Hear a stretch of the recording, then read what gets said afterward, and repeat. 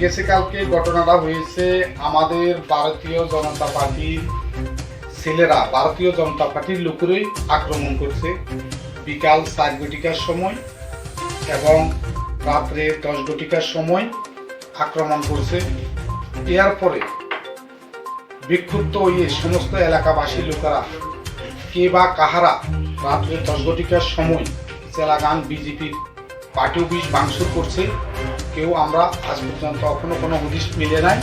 তাই আমরা প্রশাসনের নিকট দ্বারস্থ হয়েছি, একটা অ্যাপ্লিকেশন দিয়েছি। আপনারা প্রশাসনের লোক সামনে থাকার ফলেও আমাদের পার্টি অফিস ভেঙেছে এবং আপনারা কোনো প্রতি উত্তর নিতে পারেননি এবং কোন লোক তাও যাচাই করতে পারেননি এখন অবধি।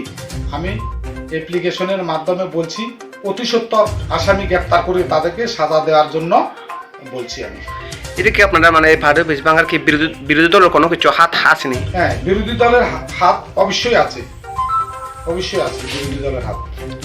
তো কালকে যে ঘটনাটা যে দুইজনকে পেটানো হয়েছিল এই বিষয়ে আপনি কি বলতে চান? যে ছাতা নিয়ে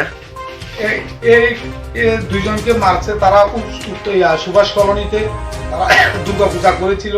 ওইখানে তারা চাঁদার জুলুম, গরিব নিরীহ মানুষ, তাদেরকে চাঁদা জোরপূর্বক 2000-3000 করে ধরেছে, তারা দিতে পারে নাই। তারা 1000-1500 করে দেওয়া হয়েছে। না দেওয়ার ফলে তাদেরকে ব্যাপক হারে মারধর করছে ছেলেরা, আমাদের পার্টির কর্মীরা। তো এই পদকে আপনারা কি কি নেবেন তাদেরকে যে মারা হয়েছে?